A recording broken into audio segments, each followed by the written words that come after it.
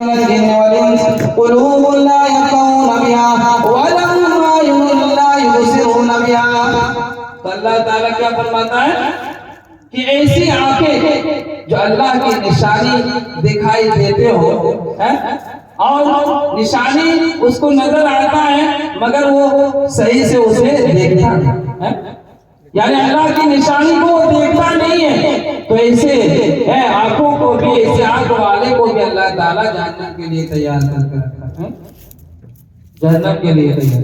یعنی اگر اس دنیا میں ہے تو آپ کو جس مقصد کے لیے پیدا کیا ہے اس مقصد کو آپ کو حاصل کرنا ہوگا، اس مقصد کو پورا کرنا ہوگا، تب جا کر اللہ تعالیٰ آپ کو جنت دے گا. نہیں تو پھر جہنم تیار ہے.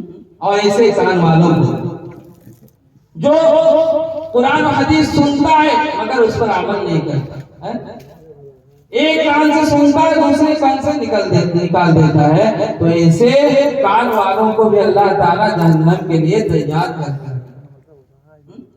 جہنم کے لیے ایسے انسان کو تیار کر کے رکھا اللہ تعالیٰ کہ جب موت آئے گی اسے جہنم چکھایا جائے. اللہ، اس دنیا کی حیثیت کچھ نہیں ہے.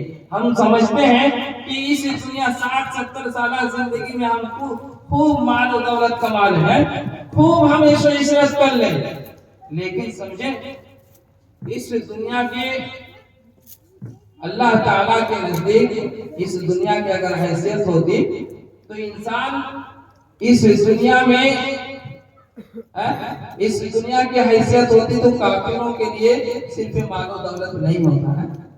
دیکھیے اس دنیا میں صرف اور صرف زیادہ اگر مال و دولت کسی کے پاس ہے تو وہ کافر ہے، مسلمان نہیں ہے، کافر ہے، پھر بھی دولت ملتی ہے. تو اللہ تعالیٰ کلام مقدس کے اندر ارشاد فرماتا ہے کہ اگر میں چاہتا تو اس دنیا کے کافروں کو، ان کے گھروں کو، ان کے چھت کو میں چاندی کا، پورے چاندی کا بنا دیتا.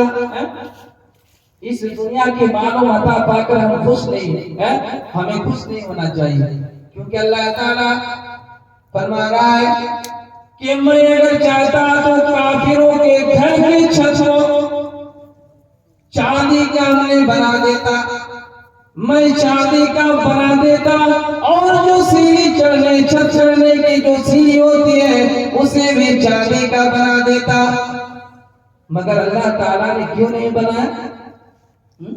اس لیے کہ ایمان والے ملاحظہ کریں، یعنی ایمان والے کا سوچ الٹا ہو جائے، یعنی سوچیں گے کہ ہم ایمان لائے ہیں، ہم اللہ کی عبادت کرتے ہیں اور ہمیں ان چیزوں سے محروم رکھا اللہ تعالیٰ اور کافروں کو دے رہا ہے. تو اللہ تعالیٰ اس آیت سے فرمانا چاہتا ہے کہ اس دنیا کی حیثیت میرے نزدیک کچھ نہیں. اگر میں چاہتا تو کافروں کو یہ دنیا خوب دے دیتا، سونے چاندی سے بھر دیتا، مگر آخرت میں اسے کچھ حصہ نہیں ملے گا. اللہ تعالیٰ دوسری جگہ ارشاد فرماتا ہے من کان یرید الآخرۃ نزد لہ فی حرثہ.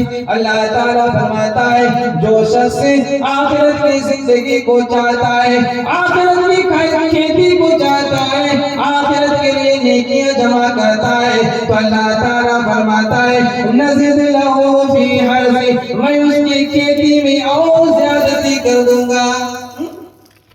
آخرت کی کھیتی اگر کوئی چاہتا ہے تو اس کی کھیتی میں اور زیادتی کر دوں گا. یعنی نیکیاں اگر کر کے اس دنیا سے جائے گا، نیکیاں کرتا رہے گا تو میں اس کی نیکیوں میں بڑھوتری کر دوں گا.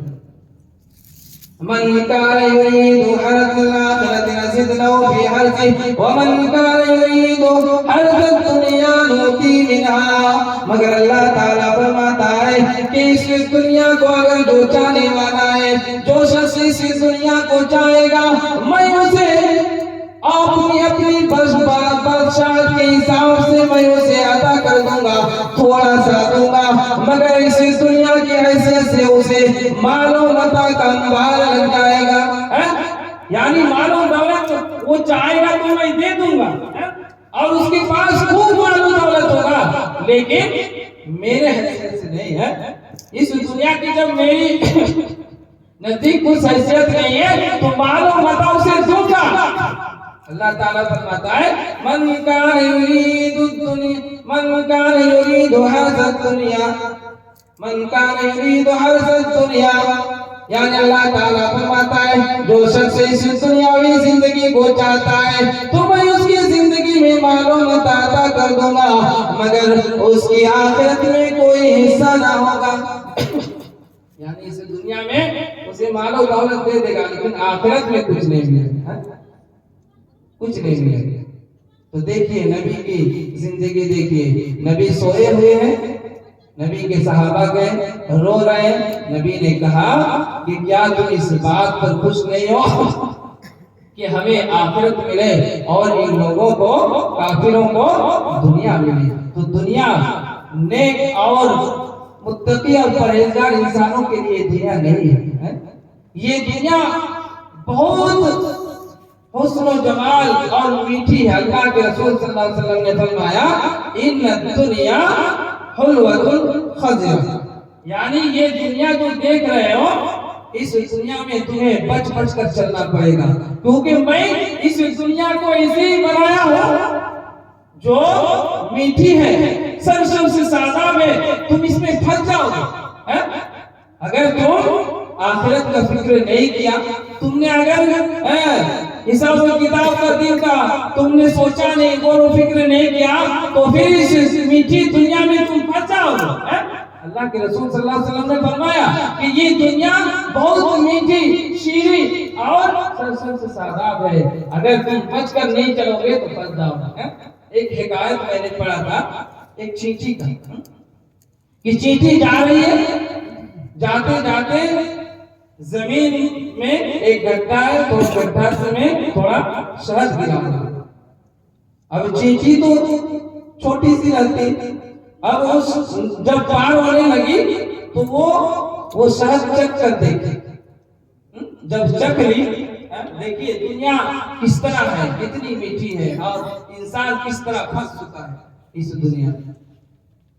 چینٹی جا رہی ہے، شہد ملا راستے میں، تھوڑا سا چکھ لی، چکھنے کے بعد اس کو مزہ آیا، میٹھی لگی، اس کو اچھا لگا، اچھا لگنے کے بعد کچھ دور گئے، پھر اس کو اس کا من ادھر ہے شہد کی طرف، شہد کی طرف بھی اس کا دل ہے، پھر تھوڑی دور جانے کے بعد وہ گھوم کے آ گئی، پھر چکھنے لگی، تو اس سے زیادہ، پہلے سے زیادہ انہوں نے چکھا، چکھنے کے بعد پھر جانے لگی، پھر تیسرا مرتبہ گھوم گیا۔ ڈیلی تھوڑے موقع ملے گا، ہر دن موقع نہیں ملے گا، آج میں پی لیتا ہوں شہد، پی لیتی ہوں۔ جب وہ چاہا جو ہم آج خوب عیش و عشرت سے پیئیں گے، مزے کریں گے، عیش کریں گے، تو وہ سوچی کہ میں کائے نہیں یہ اوپر نہ چک کر نیچے چلا جاتا ہوں۔ شہد جاتا اس گڈھے میں وہ چلی گئی، جانے کے بعد جتنا شہد پینا تھا پینی چھیٹی، پینے کے بعد اب وہ اٹھ نہیں سکتی، شہد کی چکناہٹ اسے پکڑ لیا اور پکڑنے کے بعد وہ اٹھ نہیں سکتی ہے۔ تو غور کیجیے، یہ حکایت جو لکھا ہے وہ بیان کیا ہے کہ یہ مثال دنیا کی ہے۔ انسان چاہتا ہے کہ اس دنیا میں ہمارے پاس مال و دولت ہو، ایک دکان کھولتا ہے، دکان سے دو دکان ہو جاتا ہے، دو دکان سے ایک مارکیٹ اس کا ہو جاتا ہے۔ اس طرح وہ چاہتا ہے کہ میں خوب مال و دولت کماؤں، اور اس طرح اس دنیا میٹھی اور شیریں سرسبز سے سادہ اس کے اس دنیا کے حسن و جمال میں، اس دنیا کے چکا چوند میں اس طرح پھنس جاتا ہے کہ وہ اور نکل نہیں سکتا۔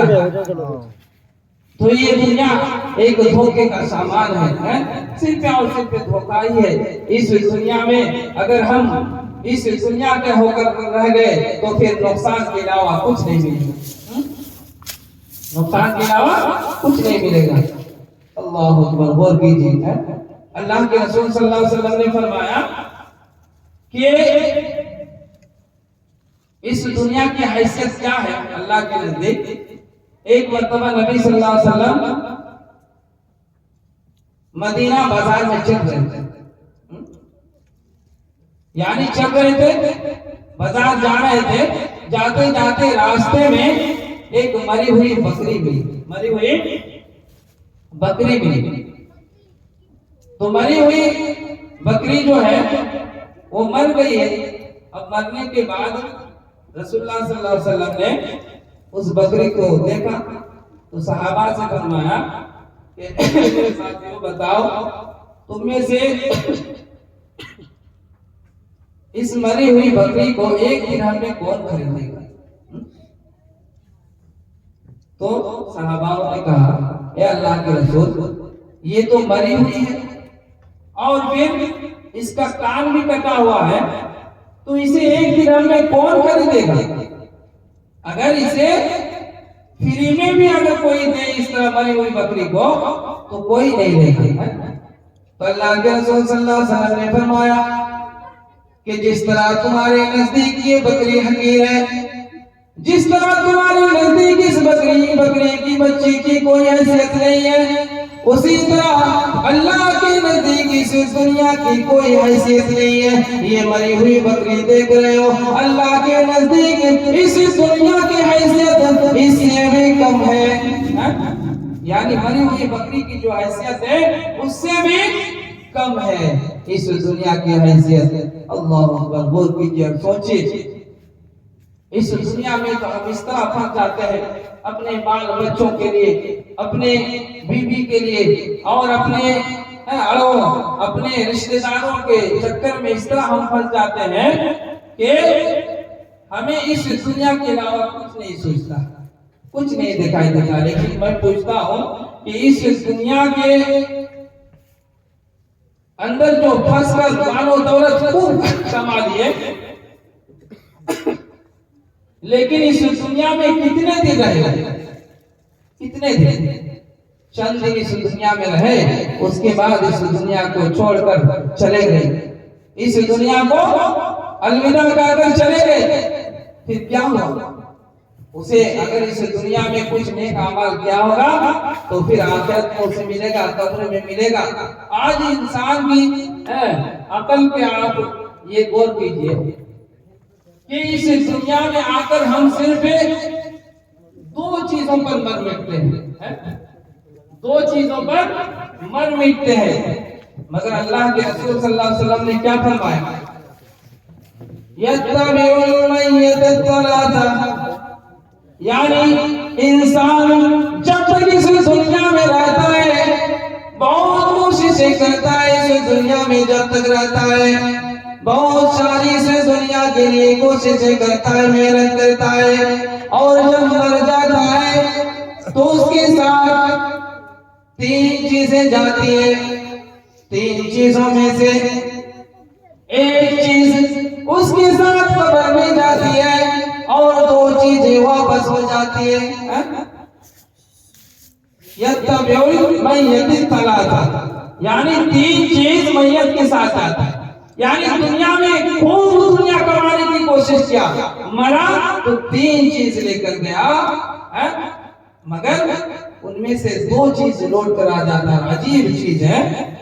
غور کیجیے تو آپ سوچنے پر مجبور ہو جائیں گے کہ ہم نے اس دنیا میں کیا کیا، اور وہ دو چیز جو واپس آ جاتی ہے وہ کیا ہے؟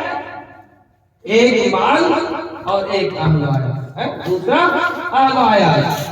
یعنی یہی دونوں چیزوں کے خاطر ہم اس دنیا کے لیے جیتے ہیں. اس دنیا میں ہم اسی دونوں کے لیے جیتے ہیں، یعنی مال کمانے کے لیے اور اپنے اہل و عیال کے لیے. مگر یہی دونوں چیز آپ کو قبر میں ساتھ دینے والی نہیں ہے. یہی آپ کو قبر میں ڈالنے کے بعد چھوڑ کر چلے، اور آپ کے ساتھ جائے گا کیا؟ اس دنیا کے حسن و جمال میں کھو کر آپ نے اپنی زندگی کو جو گنوا دیا.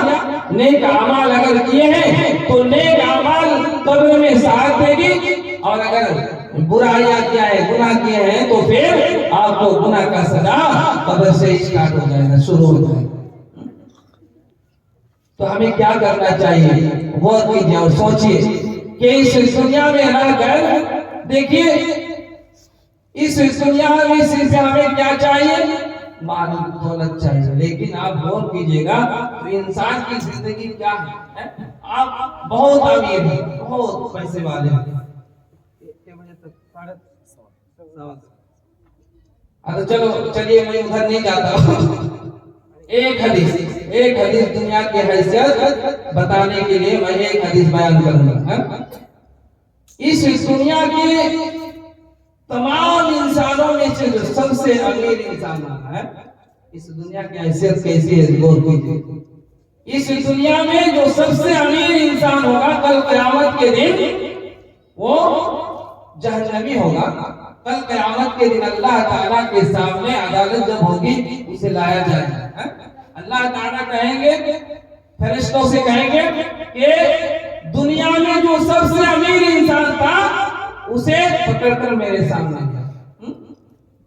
اسے کہا جائے گا کہ اے فرشتے، اس انسان کو جو دنیا میں کبھی تکلیفیں نہیں دیکھی، جو دنیا میں کبھی پریشانیاں نہیں دیکھی ہوگی،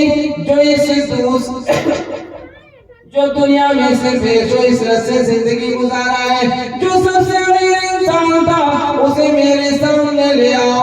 لے آیا گیا، فرشتے لائے اور پھر اللہ تعالیٰ کا حکم ہوا کہ جاؤ جہنم میں ایک غوطہ لگا کر اسے لے آؤ، ایک غوطہ دلا کر اسے لے آؤ.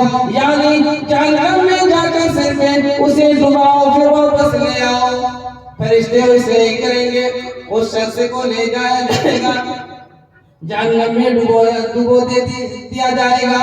ڈبانے کے بعد اسے لایا جائے گا. اللہ تعالیٰ اس انسان سے کہے گا، جو انسان اس دنیا کے لیے ہو کر رہ گیا، جو انسان اس دنیا میں دنیا کے لیے جیا، وہ انسان کو اللہ تعالیٰ پوچھے گا کہ اے میرے بندے بتاؤ، تم نے دنیا میں کبھی عیش و عشرت دیکھی ہے؟ کبھی تم نے آرام کی زندگی تم نے دنیا میں دیکھی ہے، پائے؟ تو وہ انسان اس جہنم میں ایک غوطہ لگانے کی وجہ سے اس دنیا کی تمام عیش و عشرت بھول جائے گا. ختم. دنیا کا حیثیت ہے ایک جہنم میں غوطہ ایک مرتبہ لگانے سے وہ سب سے امیر اس دنیا میں ہوگا، مگر اس تمام آرام دہ چیزوں کو، دنوں کو جو گزاری ہے اس دنیا میں، تمام چیزیں بھول جائے گا. اور ایک اس دنیا کے غریب انسان کو لایا جائے گا جس کے رہنے کے لیے ایک جھوپڑی ہوگا، چھوٹا سا گھر ہوگا، اس انسان کو لایا جائے گا. اللہ تعالیٰ کہے گا کہ اس میرے بندے کو جنت میں داخلہ کر کے لے آؤ، یعنی جنت میں لے جاؤ، گھساؤ پھر لے آؤ. اس کو لے جایا جائے گا. غریب انسان ہوگا مگر وہ جنتی ہوگا. اس دنیا میں نیکیاں کی ہوگی انہوں نے، تو اسی انسان کو اللہ تعالیٰ بلائے گا.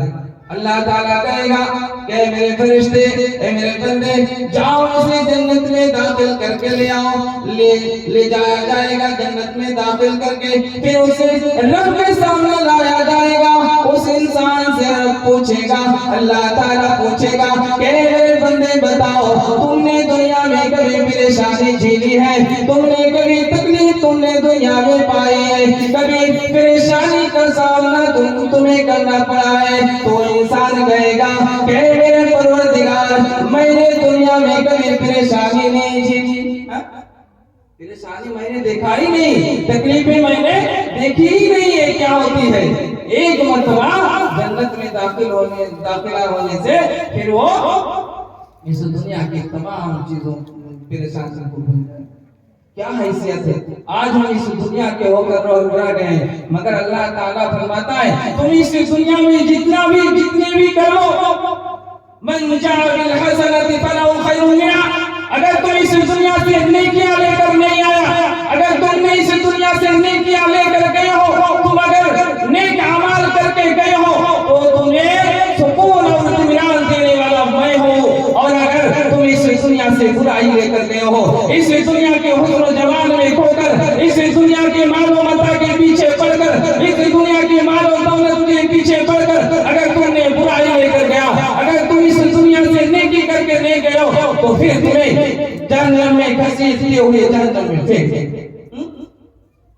اللہ تعالیٰ فرماتا ہے نیکیاں کر کے جاؤ گے تو تمہیں جنت ملے گی، یہ دنیا میرے نزدیک کچھ نہیں. اسی لیے میں کہوں گا کہ اس دنیا میں ہم ہمیشگی زندگی پانے کے لیے نہیں، ہماری ہمیشگی زندگی نہیں رہے گی، ہمیں ایک نہ ایک دن ہمیں اس دنیا کو چھوڑ کر جانا ہی ہوگا۔ آپ کے پاس کتنوں بھی مال و متا ہو جائے مگر جانا پڑے گا۔ فرعون کو دیکھیے، قارون کو دیکھیے، شداد کو دیکھیے، یہ بڑے روپیہ اور پیسے والے مال والے تھے، ان کو اللہ تعالیٰ نے چھوڑا نہیں، ان لوگوں کو پٹک پٹک کر مارا۔ اس دنیا میں اگر گھمنڈ دکھائیں گے، مال و دولت کما کر اگر اس دنیا میں ہم چاہیں گے کہ میں ہی سب کچھ ہوں، تو پھر اللہ تعالیٰ ایسا سزا دے گا کہ دنیا والوں کے لیے دردناک سزا ہے۔ تو میں کہوں گا کہ ابھی بھی وقت ہے، اس دنیا کی حسن و جمال سے نکل کر آخرت کی تیاری کیجیے، آخرت میں کیا لے جائیں گے اس کے فکر کیجیے، نماز پڑھیے، روزہ رکھیے، رمضان کا مہینہ آ رہا ہے، روزہ رکھیے تو اللہ تعالیٰ ہمیں اس دنیا میں بھی کامیابی عطا کرے گا اور آخرت میں بھی ہمیں کامیابی عطا کرے گا۔ میرے عزیز ساتھیوں، میں ایک آیت پڑھ کر اپنی تقریر ختم کروں گا۔ اللہ تعالیٰ فرماتا ہے، یا ایھا الذین آمنوا لا تلھکم اموالکم ولا اولادکم عن ذکر اللہ، کہ اے میرے بندو، اے ایمان والو، تم اپنے مال کے چکر میں، اپنے اولاد کے چکر میں تم اپنے رب کو نہ بھلا دینا۔ اللہ تعالیٰ فرماتا ہے کہ تم مال اور اولاد کے چکر میں تم اللہ کی روگردانی مت کرنا ہے، میں ذکر سے دور مت ہو جانا، نہیں تو کیا ہوگا؟